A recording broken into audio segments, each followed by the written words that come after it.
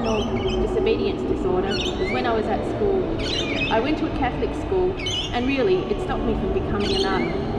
I was banned from the peace group. Apparently I was too disorderly, and I caused too much stress and objected to too many things. The nuns told me that I was too disobedient to become a nun, and that's what their school was all about. So I had to leave school early, go off, and to become a productive member of society. Once I left school, things changed a bit. I met other people who were also disobedient. People like revolutionaries and people that walked along the street while reading books. I thought, maybe I'm not so weird. So I got to know them, and we were all disobedient together for a while, and it was lots of fun.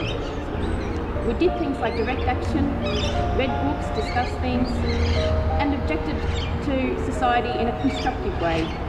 We disobeyed lots of things, but mostly of our choosing. This is when I first learned to channel my oppositional disobedience disorder, or ODD.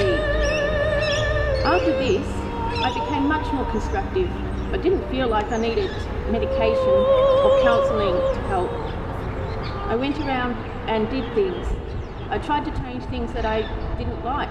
I felt it was constructive. Other people felt it was very disobedient.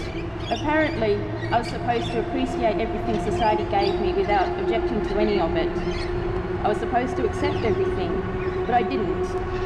And there were others around like me, so I wasn't so alone.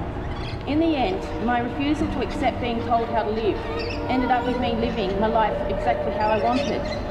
I suppose that's not a bad thing, really. The only problem is, I wish I could have changed more. Maybe I'll object more next month. I'll be a little bit more disobedient next month, perhaps, although getting older, I find less time for being disobedient, really. And as for being a nun, it didn't really matter because I found out that I don't really like doing any of the things that nuns do. I've got a list here of all the things that I think perhaps nuns do, and I don't like any of them. Prayer? No. Abstinence? Definitely not. Sharing bedrooms? To be avoided. Believing in God? I think that's okay for others, but not me. And really, avoiding brightly coloured clothing. Some days.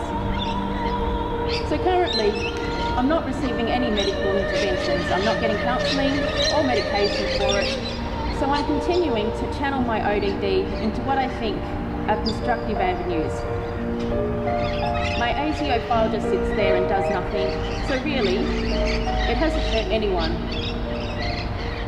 But definitely kids, don't try this at home. Perhaps go outside and do it in the streets. I'm not sure. Just don't try it at home.